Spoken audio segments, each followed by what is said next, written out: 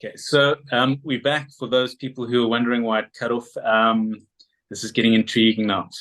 So, with regards to people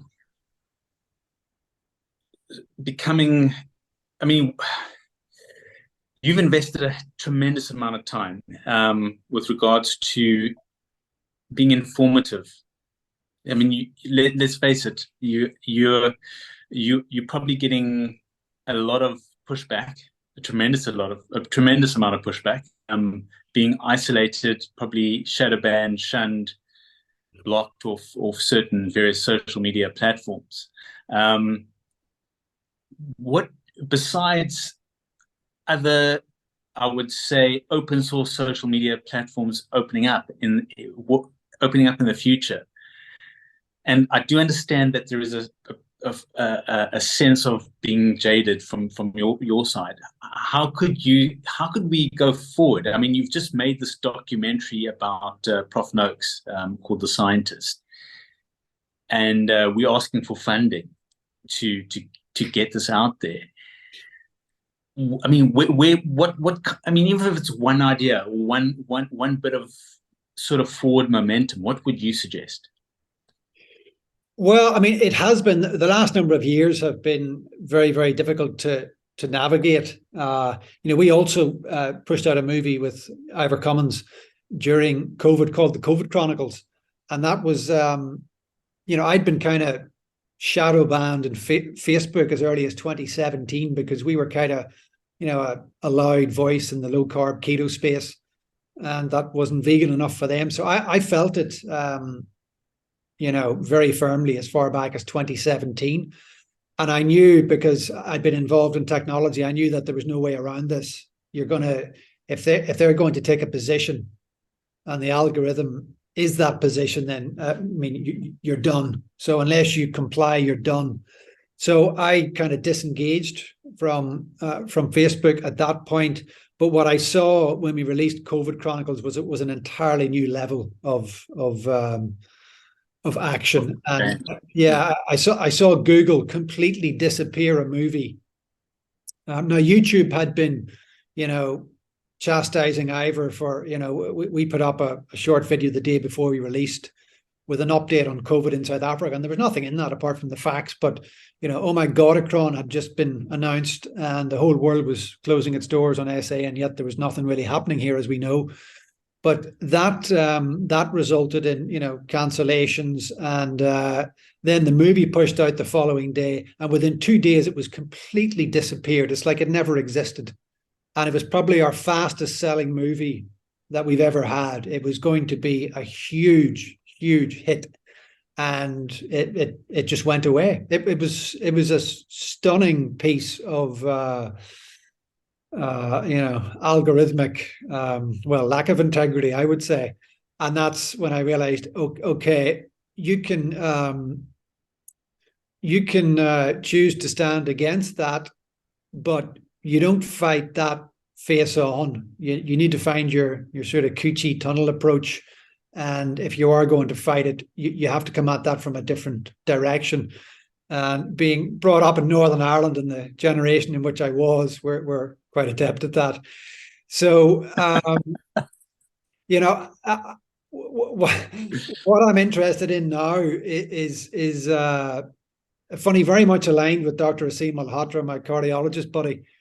We will be making a movie after the Prof. Noakes project, because we hadn't seen each other during COVID for obvious reasons. He's in London, I'm down here. He came and stayed with us for a couple of weeks, and I went to see his presentation, and quite independently of each other, I had got a structure for a movie which looked at the systematic degradation of pharma and corporations, and how they had essentially captured the world we now live in, and in particular the medical industry. And he had gone and done it even better, because obviously he's a cardiologist, but his presentation was remarkable. I watched it for the first time and I said, mate, you've just, I've come up with this concept for a movie over here, and you've just presented it, with meat on the bone right there. So let's do this. And, that will look at the systematic failures that we're now a product of, and that's interesting to me because that's not really the nitty gritty. That's the big picture. And I studied accounting and finance. My postgrad was in finance, so I like all of that stuff. The fact that the 1980s, when they deregulated the markets, you had the gold standard went away prior to that, so you had this table being set for free markets, which have really become freedom to deceive markets, certainly in the case of big pharma. So you can't look at any of these things in isolation, but somebody who's interested in, a keto diet isn't necessarily interested in hearing why, the Drug-Free User Act of 1992 is relevant to, the demise of human health today. And I think that's why the whole thing is so brilliantly done. There aren't very many people who take a bird's eye view and have the capacity or the network or the wherewithal and the resources to look at this and understand how you join those dots. But if you don't join them, you haven't got a chance in hell at actually unpicking, from your own perspective, what's actually going on here. So that for me is a lot of fun because that's strategic, and it's not down to any one individual. You're taking it up a level and just saying to people, listen, these are pieces of legislation that were passed. These are financial realities. These are commercial realities. These are the dollars that are being spent. Between 2003 and 2016, pharma was fined $33 billion, 85% of the biggest pharma companies. Zantac has just been, GSK have just been caught with their pants down. They knew 40 years ago that Zantac caused stomach cancer, hid the research, put it out onto the market. And now here we are 40 years later, it's just been pulled. So they'll be fined probably a couple of billion, but they'll march on. But understanding that, in that scenario, that you've got GlaxoSmithKline, which pretty much built their company on Zantac. But when they create a new drug, it's very like the movie industry for different reasons. They put that drug in a satellite company. So if that company pays an enormous fine or is convicted of fraudulent activity or illegal activity, the company just closes.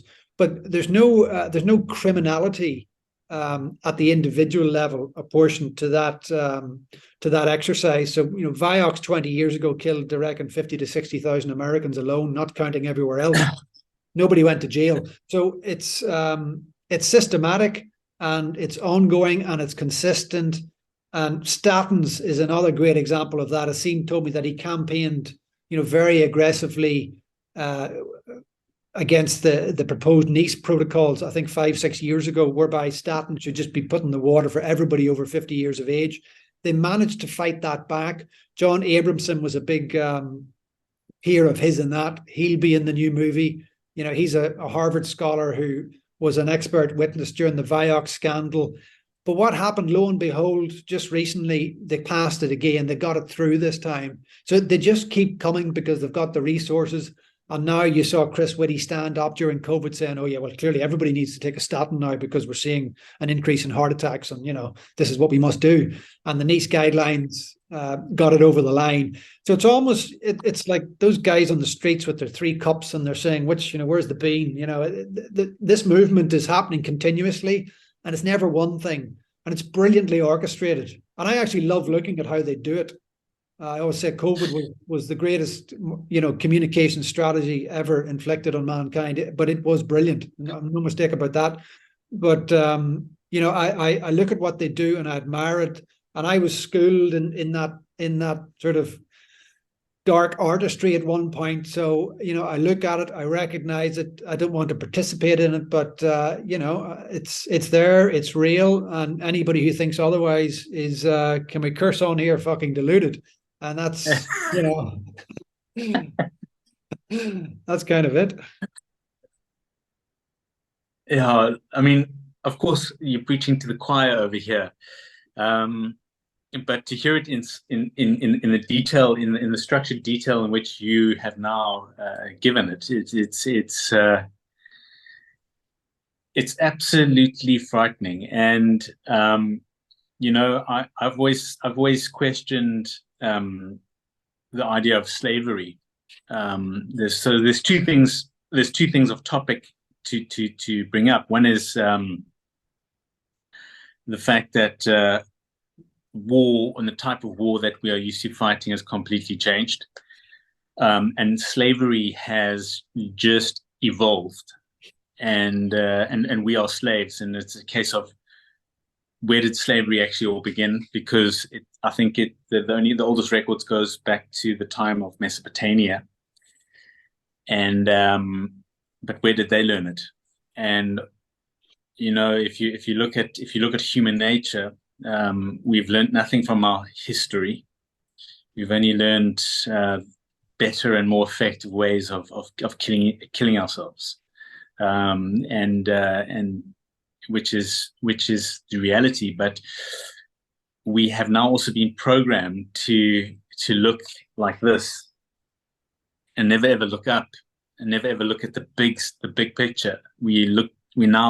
Our focus has been to however the size of the screen is, and people are blind, man. They are so blind. It's interesting you should say that. In the freediving, it hasn't happened yet. Hopefully it won't. But the crew, they talk about, yeah, just before you black out, the vision closes, and then yeah, boom, you're done. So, but there you go. Society blackout, and with AI, and it's all coming. It's all happening. We're going into that matrix, eh? Yeah. Yeah. And the body is almost John Scooby from Cape Town here is the global chief medical officer for Swiss Re, the huge reinsurance company. And like he told me a couple of years back that their actuaries were working on their bidding singularity into the actuarial algorithms and tables and all of that, because they take this stuff very, very seriously. It's coming, and it will be a factor in 20, 30 years time for older people, where your body's done, but you continue to exist. And when you see companies like that taking this stuff seriously now, that something inexplicable lies ahead. And I think people are very naive, and where I come back to is that the only thing you can really control is your own reaction to whatever's happening around you. The best way to do that is to present yourself, physically, psychologically, in the most robust fashion that you can, so that you're there to meet it. And when people say to me, "What do you train for now?" and I say, "Well, I train for life. I just want to get up and meet whatever's there. And sometimes you do better than others, but that's kind of where I am now." If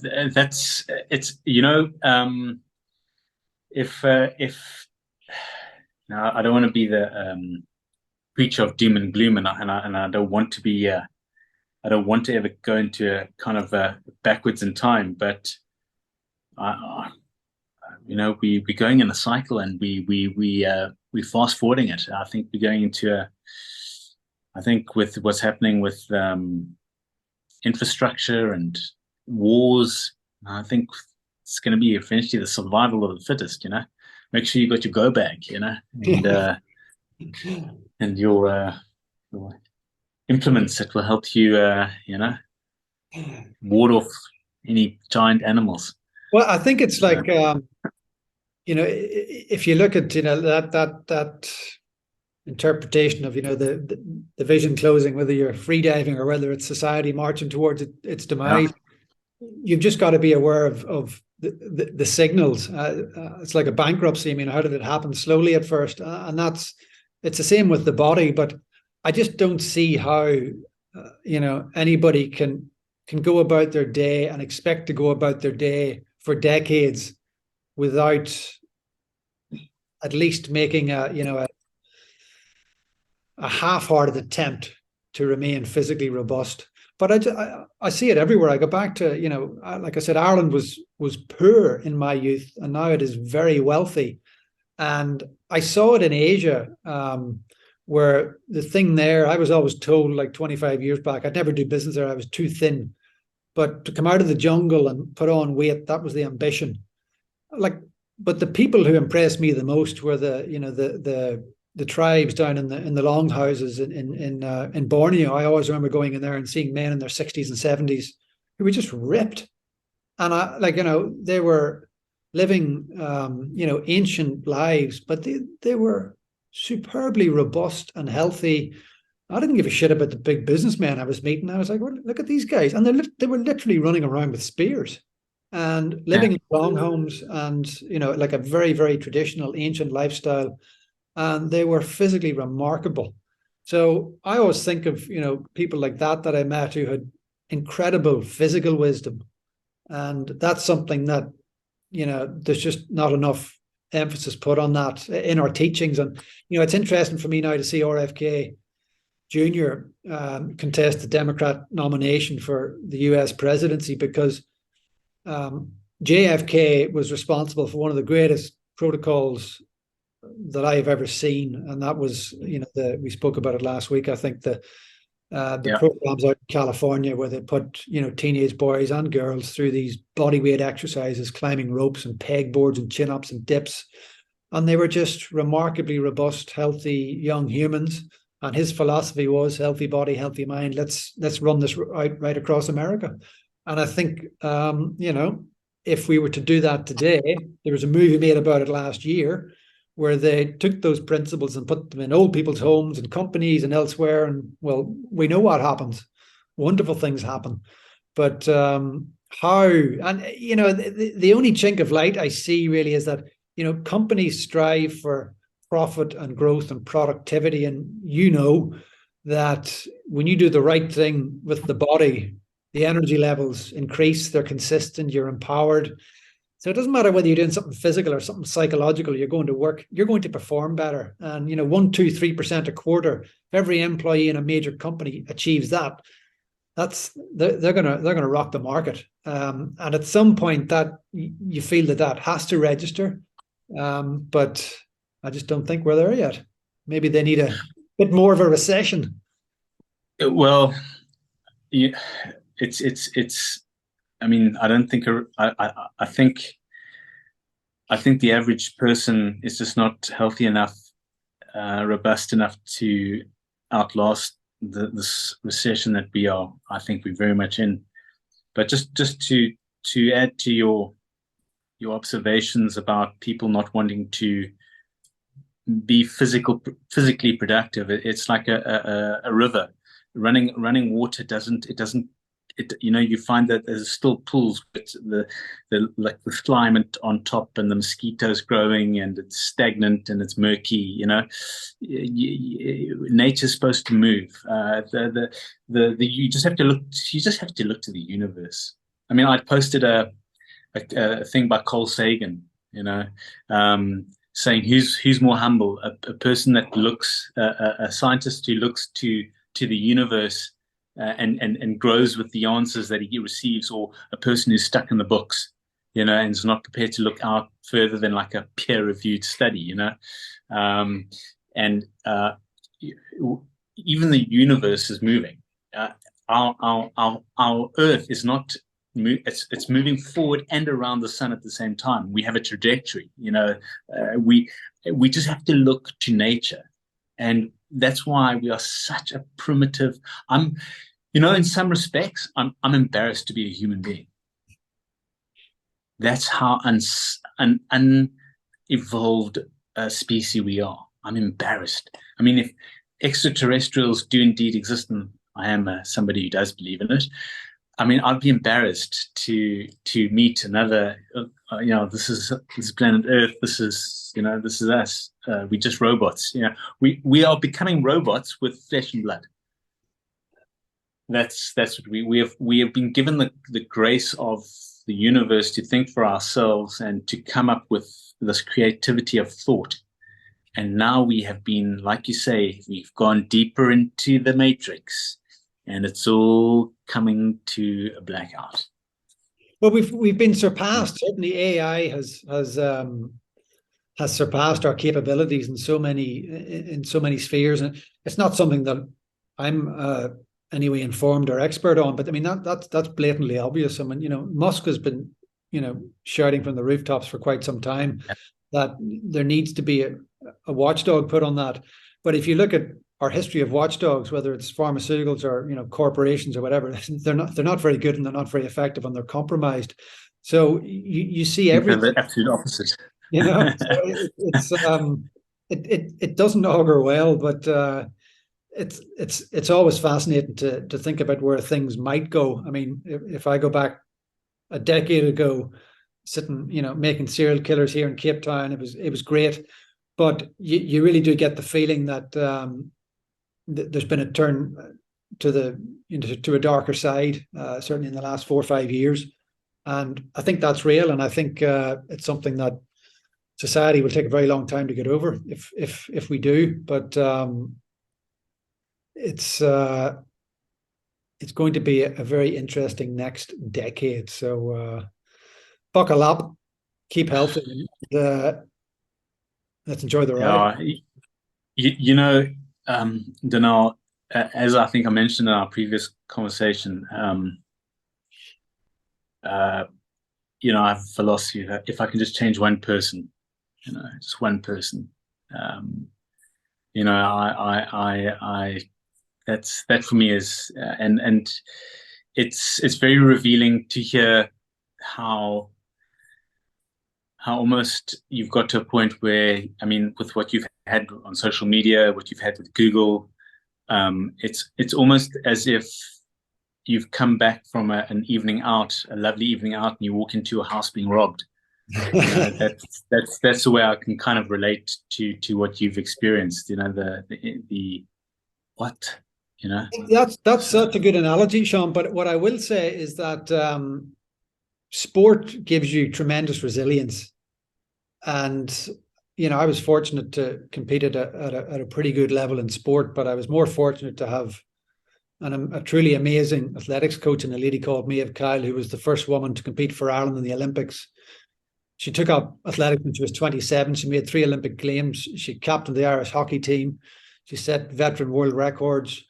She was a remarkable, she's still alive in her 90s, a remarkable woman, a remarkable athlete. And she took dog's abuse for being a woman and competing in the 1950s. I mean, so what you see today is lightweight compared to what she went through. And she proved them all wrong. But the one thing she taught us is how to be better humans and be resilient humans. So I always expect, life is like training and competing in sport. The injuries come, and anytime you get a dip, I just view it like an injury. So there's the first thing you do is nothing. You stop. yeah. You then you get it assessed, and then you start a recovery program, and then you come out the other side. You can't really fast track that, and that's how I felt probably for the last year to 18 months. I'm like, okay, you can't deny this. This is injurious. So how do we come out the other side? So I never, I'll get annoyed, I'll get pissed off, but I'll never stop. That is just the journey, and it's everybody's journey. That comes in different forms. But sport taught me, more so than anything, that the injuries come, the setbacks come, but the way forward is always forward. I think it's now that you've mentioned that, I think it's even so much more important that you jump on, a podcast with the likes of Dr. Anthony Chafee, also Damien Porter. I mean, they're both they're actually both Damon's from New Zealand and Anthony is from the US. They're both based now in Australia. However, they've got their own little branches which can help just extend your message. And I think I cannot stress how important that is. I'm also going to reach out to his name's Michael McKnight. I think he's just started his own podcast called Primal Podcast. Michael McKnight is a unbelievable ultra marathon runner. He's broken all the records, set fastest known times. He's a low carb. He's primarily a carnivore, but he has milk and he has a little bit of carbs and that thing. But he's done 24-hour fasted runs. He ran 118 miles with just on electrolytes, and really he's got an unbelievable story too. And I'm going to reach out to him. He's a bit slow in getting back to me, but I think once again he's based in America, and one person, one person. I promise you now. Let me just tell you something. I battle every month just to survive, from rent to everything, but I fight it. I fight it. I'm 51. I fight it, and I know that there's people that want to see me fail, and fuck them. Sorry. No, That's I hear you. You must tell him yeah. that my mother's maiden name was McKnight, so my cousins are McKnights. Okay. Okay, fantastic. I'm gonna reach out to him right away. I've already reached out to Damien and Anthony, and they both sound very welcoming. I will reach out to Michael. But yeah, really, and you've got my support. And it is. I do take it to heart that you are in that position. But nah, if I'm still alive, Brew, yeah. Well, listen, I was just thinking we should maybe throw out a free view of serial killers. We've been talking about it Okay. enough. We're here to And raise awareness for the scientist project. So let's yeah. serial killers available for your crew and anybody else out there over the next week or so, and Do a giveaway. yeah, they can have a look. Yeah. Yeah. I'll do it on via my. That's a bloody good idea. That's a bloody good idea. And great Sunday viewing. So yeah. Cool. But listen, I cannot thank you enough. I really am. I also feel privileged to hear your story, and also to spend time with you. We will meet for coffee in Art Fair. And yeah, just once again, thank you very much. And to everybody who's watched this, thanks. Please share it and spread the word, really. Thanks for having me, Sean. Cheers. You're most welcome. Cheerio. Bye-bye.